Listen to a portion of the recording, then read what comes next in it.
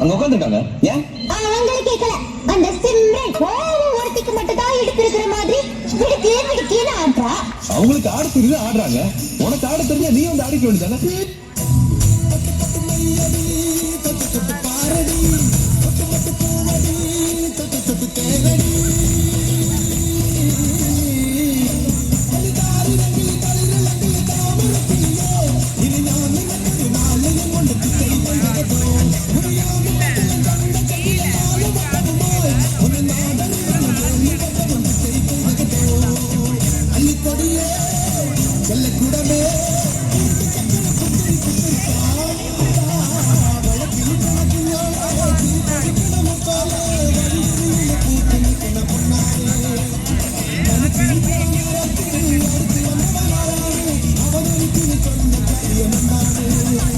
இல்ல ஒரு 2-3 லைன் கொஞ்சம் வேற மாதிரி ட்ரை பண்ணலாம்.